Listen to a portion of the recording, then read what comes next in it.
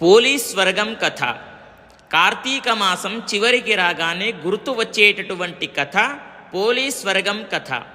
ఇంతకీ ఈ పోలి ఎవరు, ఆమె వెనుక ఉన్నటువంటి కథ ఏమిటి అనేటటువంటిది ఈరోజు మీకు తెలియజేస్తాను, శ్రద్ధగా వినండి.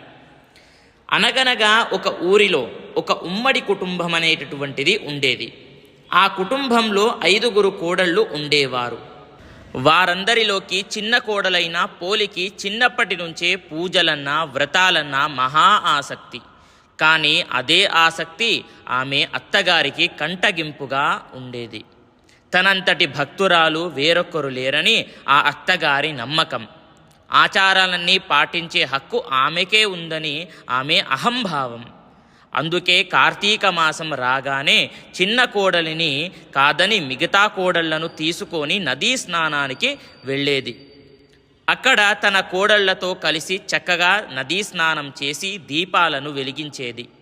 ఈలోగా కోడలు ఎక్కడ దీపం పెడుతుందోనన్న అనుమానంతో దీపం పెట్టేందుకు కావాల్సిన సామాగ్రి ఏది కూడా ఇంట్లో లేకుండా జాగ్రత్త పడి మరీ బయలుదేరేది. కార్తీక మాసంలో పోలి దీపం పెట్టకుండా ఉండేందుకు అత్తగారు చేసినటువంటి ప్రయత్నాలు సాగనే లేదు. పెరట్లో ఉన్న పత్తి చెట్టు నుంచి కాసింత పత్తిని తీసుకొని దానితో వత్తిని చేసేది పోలి. దానికి కవ్వానికి ఉన్న వెన్నని రాసి దీపాన్ని వెలిగించేది. ఆ దీపం కూడా ఎవరికి కూడా కనిపించకుండా ఉండేందుకు దాని మీద బుట్టని బుర్లించేది. ఇలా కార్తీక మాసమంతా నిర్విఘ్నంగా దీపాలను వెలిగించేది. చివరికి అమావాస్య రోజు రానే వచ్చింది. కార్తీక మాసం చివరి రోజు కాబట్టి ఆ రోజు కూడా నదీ స్నానం చేసి ఘనంగా కార్తీక దీపాలను వదిలేందుకు అత్తగారు బయలుదేరింది. వెళుతూ పోలి ఆ రోజు కూడా దీపాలను పెట్టే తీరిక లేకుండా ఉండడానికి విపరీతమైనటువంటి పనులు అప్పగించి వెళ్ళింది.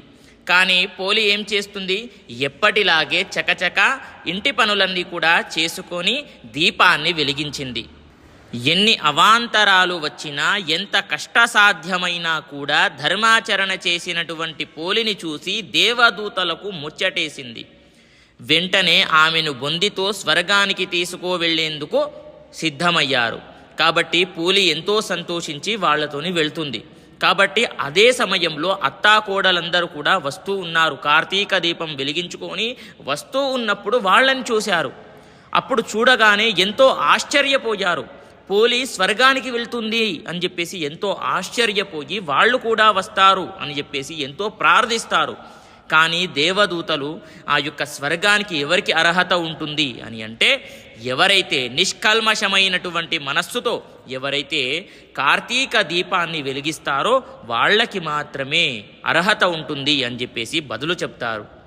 అయితే తెలుగువారు ఇటు పోలిని అటు దీపాన్ని కూడా శ్రీ మహాలక్ష్మి రూపంగా భావిస్తుంటారు.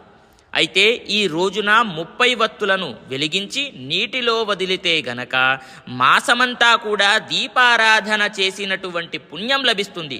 అంటే కార్తీక మాసమంతా కూడా దీపం పెట్టినటువంటి మీకు పుణ్యం లభిస్తుంది అని చెప్పేసి ఈ యొక్క కథలో చెప్పడం జరుగుతుంది. అదేవిధంగా మర్నాడు అంటే ఎప్పుడు వెలిగించాలి అని అంటే, వచ్చేటటువంటి మార్గశిర మాసము అమావాస్య తర్వాత వచ్చేటటువంటి మార్గశిర పాడ్యమి రోజున ఈ యొక్క 30 దీపాలను వెలిగించాలి అనేటటువంటిది ప్రతి ఒక్కరికి కూడా తెలియజేస్తూ ఇది పోలీస్ స్వర్గం వివరం. అయితే ఈ యొక్క కథలో మనకు ముఖ్యంగా ఏం చెప్పడం జరుగుతుంది అని అంటే, భగవంతుడికి ప్రార్థించడానికి మనకు కావాల్సింది శ్రద్ధే కానీ ఆడంబరం కాదని సూచిస్తుంది ఈ యొక్క కథ. కాబట్టి ప్రతి ఒక్కరికి కూడా తెలియజేస్తూ స్వస్తి సర్వే జనాః సుఖినో భవంతు. వీలైతే వీడియోని లైక్ చేయండి, సబ్స్క్రైబ్ చేసుకోండి. తద్వారా నా నుంచి వచ్చేటటువంటి ప్రతి ఒక్క వీడియో కూడా మీకు ముందుగా అందుతుంది.